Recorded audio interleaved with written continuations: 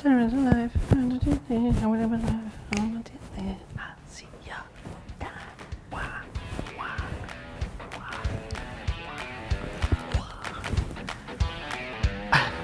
Hey folks, I'm Matt from Fidel Gastro, and today you're in my kitchen going to learn how to make Southern comfort food in your very own home. Shrimp and grits is probably one of my favorite things to cook at home.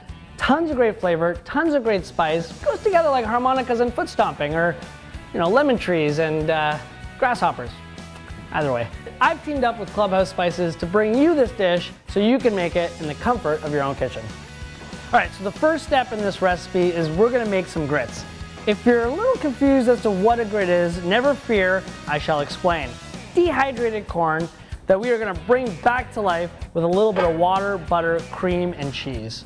So we're going to put in 2 cups of dry grits, add a little bit of water, a little bit of butter, and then we're going to season it with some Clubhouse signature sriracha lime. All right, we're going to cover up the pan. This is going to go in the oven for 3 hours at 275. This way. Come. At the 1 hour mark, go in there, open up the pot, stir it around, and add a little more liquid if you need to. So for me, the most comforting part of this whole dish has nothing to do with shrimp or the grits. It's actually the sauce that binds the two things together.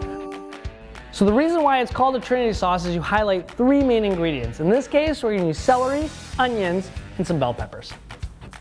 And the best part is you already have most of these ingredients in your fridge. Fact.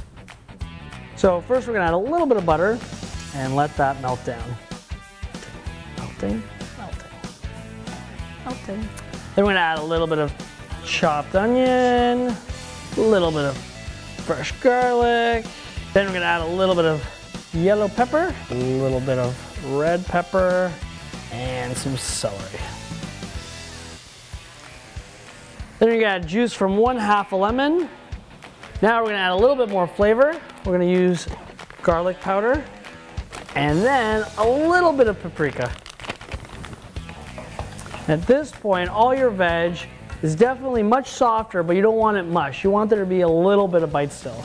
So once all your ingredients are getting nice and soft in your pan, perfectly spiced, you're going to take some already made tomato sauce and slowly add it to the dish. The trick is not to treat this like a tomato sauce with peppers and onions and celery in it, but the opposite. This is a celery and pepper-based sauce with a little bit of tomato sauce to bring it all together. It's great because I'm using Clubhouse Spices and they really do the same thing. They pick all their ingredients at the peak time so that when you use them, you're getting the freshest thing possible. Behold, the grits are out of the oven. They are brought back to life thanks to the water and the spice that we used, but they're not ready yet. So now what we're going to do is we're going to cook it in a little bit of butter, a little cream, a little white cheddar. The best thing about the grits is they're really a sponge. They absorb everything you add to it. So the more cheese, the more cream you add, the softer and creamier the grits will be. Take a little bit of the oregano in the Clubhouse grinder. Shrimp. You call it shrimp. So now we're going to cook the shrimp, the last part of the dish. Put a little bit of canola oil down.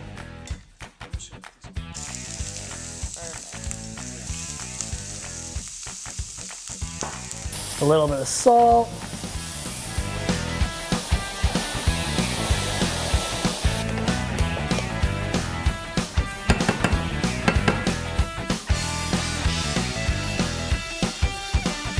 Alrighty, so now we have all the different components to our shrimp and grit dish. I'm going to start to plate it up.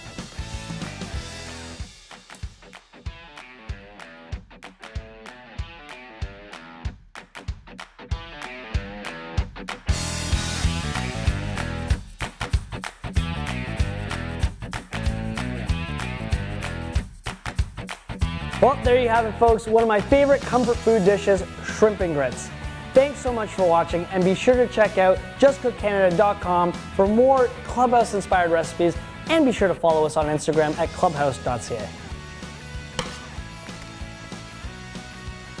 Good, I like this.